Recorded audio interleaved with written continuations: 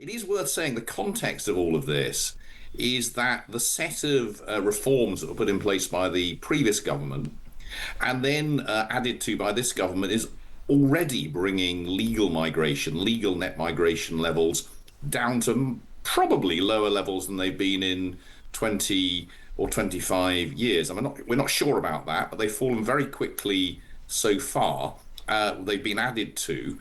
And there is a possibility that over the next couple of years, we'll move to a world in which the only positive net immigration is from illegal immigration, which is a very, very different world to the one we've been in for a long time. And I'm joined now by the Times' data editor, Tom Calver. Hello, Tom. Hello. How are you doing? I'm very well. Looking forward to a week of festivities and political upheavals and potentially a World Cup. Could be exciting. It really should. I mean, it's the week that could, it goes to Wednesday, then what happens? Is it a good week or a bad week? It's too early to say. Yeah, I do quite like how Starmer has engineered it so that he just stays in power so that England might potentially win a World Cup. That was very smart of him. Do we know he's engineered it? We just assume he's engineered it. It's happened to him, yeah. But he likes football, we know that. Yeah, exactly. He'll see what you get with me. Now look what you get without me.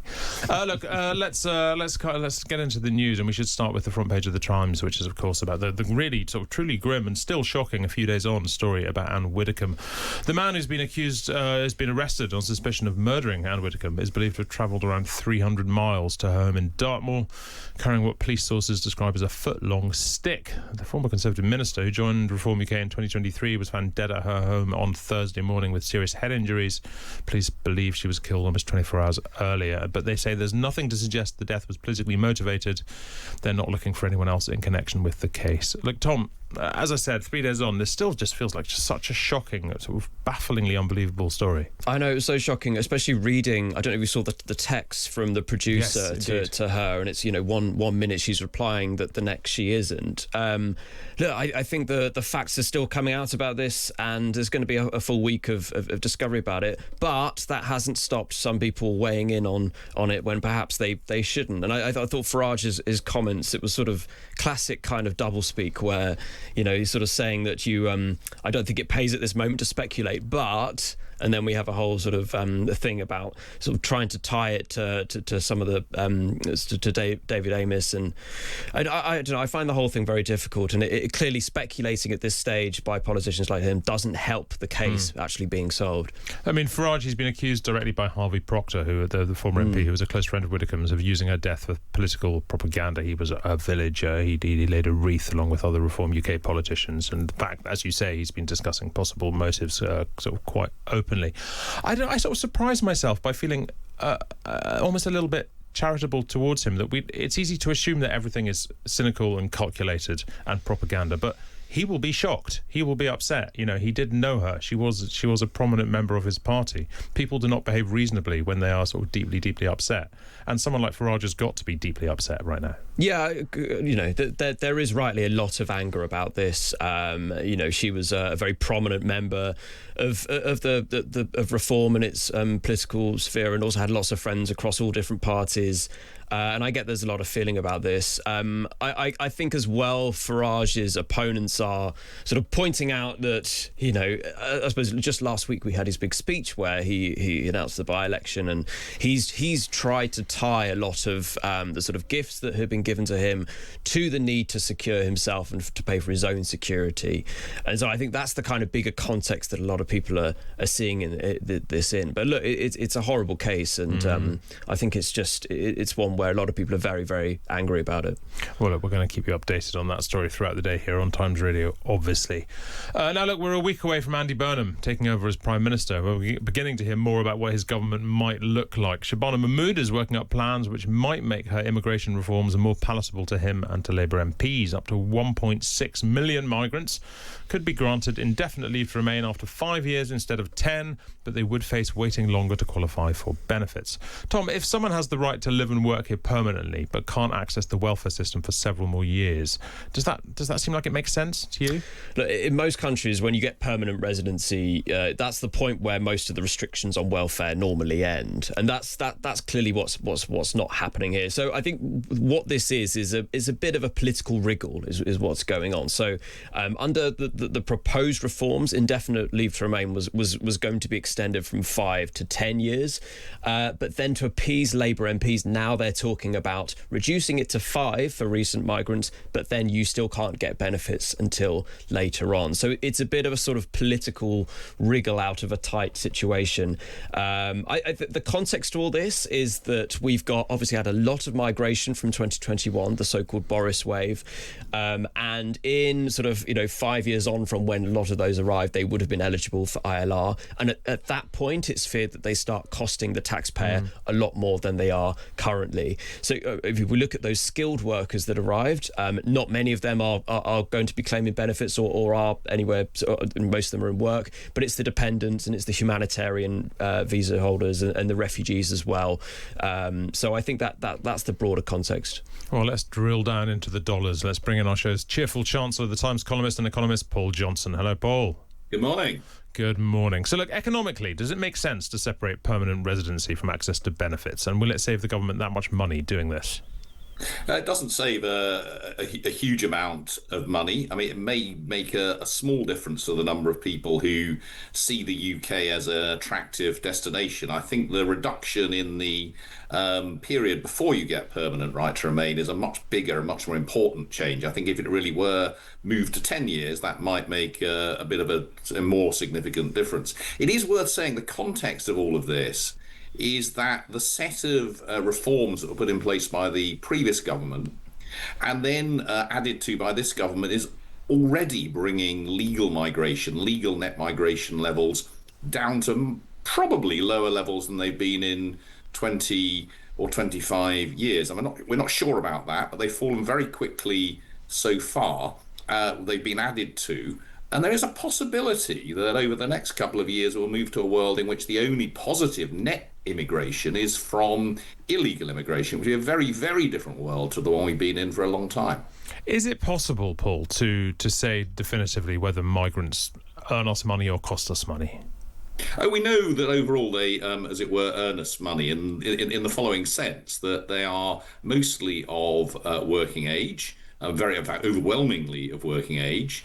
They are at least as likely to be in work as British citizens are of working age, and therefore they take less from the exchequer, as it were, than they put back. In particular, if you look at the distribution of immigrants, we actually have, right at the top of the income distribution, quite a lot of people born abroad. Something like a third of the highest 1% of earners were born abroad, and of course they pay enormous amounts of tax. Now, we also have a lot of much lower earners who are further down the distribution and therefore pay less. But as we know, because they're overrepresented right at the top, they are over, as it were, contributing to the exchequer. Now, there are obviously all sorts of other issues, whether cultural issues, social issues, and particular areas where they may be taking more out of public services than they're putting in. But overall, certainly over the short to medium run, they're positive for the exchequer. So look, when Andy Burnham comes in, there's speculation he could hold a spending review alongside his first budget. So that would mean setting out the tax plan, departmental spending at the same time. What's the advantage of doing that, Paul?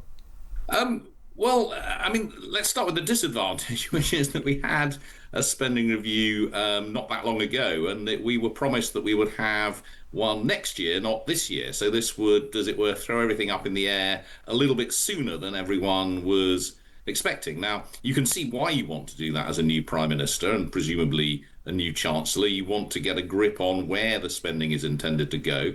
And this would allow you to put out plans right the way through to the end of the Parliament. So it adds to the uncertainty because, of course, we weren't expecting it this quickly, but it adds to the possibility for a new government, effectively, to say where it's going to go. And it also, I think, present Andy Burnham with some of the really, really difficult choices that this government has had to make. It's worth saying in particular that if you do look at the spending plans over the rest of this Parliament, they haven't been set out department by department for the last year.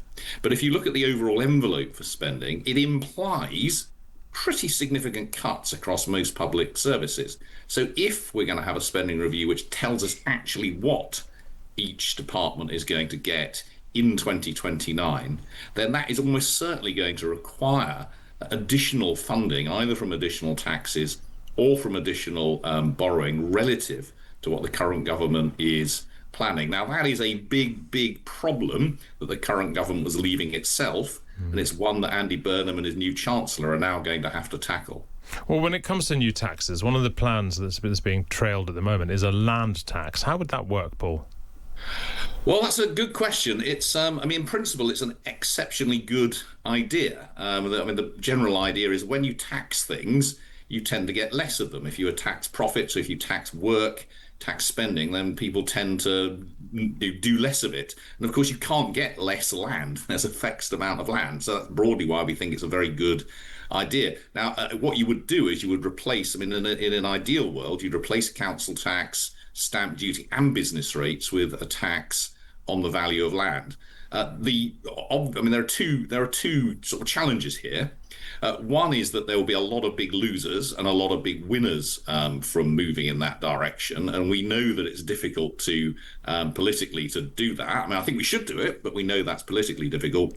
And then there's the practical question of how would you value the land. Now, I think that's probably doable, but you need to value the land separate from whatever is on top of the land. Now, that's again another big advantage of it, because the tax you pay isn't influenced by whether you how much effort you put into building on it, and that's as it should be. But actually valuing that land, valuing every bit of land in the country, would obviously be a challenge. It's also worth saying that this would presumably, if you really did it properly, be the first time that farmers, for example, have to pay a tax on the value of their land. They're exempt from business rates at the moment. So this would be a big change. My guess is that there's no chance it will happen, although I wish that it would. Does it really make sense that the value of the land that has a skyscraper on it is the same as the value of the car park next to the skyscraper? Well, it depends what the permissions are on the land. If the car park next to the skyscraper doesn't have permission to build a skyscraper on it, then it won't be worth very much, and it'll only be worth, if it's only got permission to have a car park on it, then it'll be worth far less than the land that the skyscraper is on. If the car park gets permission to build something very valuable on it, then it is much more valuable. And actually, you should be taxing that much more, because it gives the owner of the car park the incentive actually to develop it to its most economically valuable use. How exciting this is all going to be. Look, when Andy Burnham becomes Prime Minister next week, he obviously inherits the same economic constraints as Keir Starmer. How much room for manoeuvre does he actually have when it comes to introducing new taxes, when it comes to putting up various taxes, when it comes to adjusting spending at all? Well, he's got all the same sets of choices that the current lot do. As has been talked about in the press a fair bit over the last few days, at the moment he's in this world where he can promise everything to everybody. He's saying he'll fund the defence plan. He's all in favour of increasing spending on this, that and the other. But he's also saying, apparently, according to reports today, that he wants to cut taxes on low earners. Now, again, you can't do all of that. It's worth saying, in terms of one understands, of course, why people want to reduce taxes on low earners, but it is worth remembering that in this country we tax low to middle earners less than in any other country with remotely comparable overall levels of tax. How do we do that? Well, we tax high earners and companies, and actually housing, more than most other countries. So we're already in a world where it's quite difficult to think that you can balance the books by cutting taxes on low earners, unless you're actually going to cut spending elsewhere. I don't think that's where Mr. Burnham sits. Thank you very much indeed, Paul Johnson. And before I let you go, let's check in quickly on the Paul Johnson optimism meter. Yeah, it's a mild slope downhill. Make for a pleasant cycle. Not quite steep enough to ski on. Thank you very much indeed, Paul Johnson.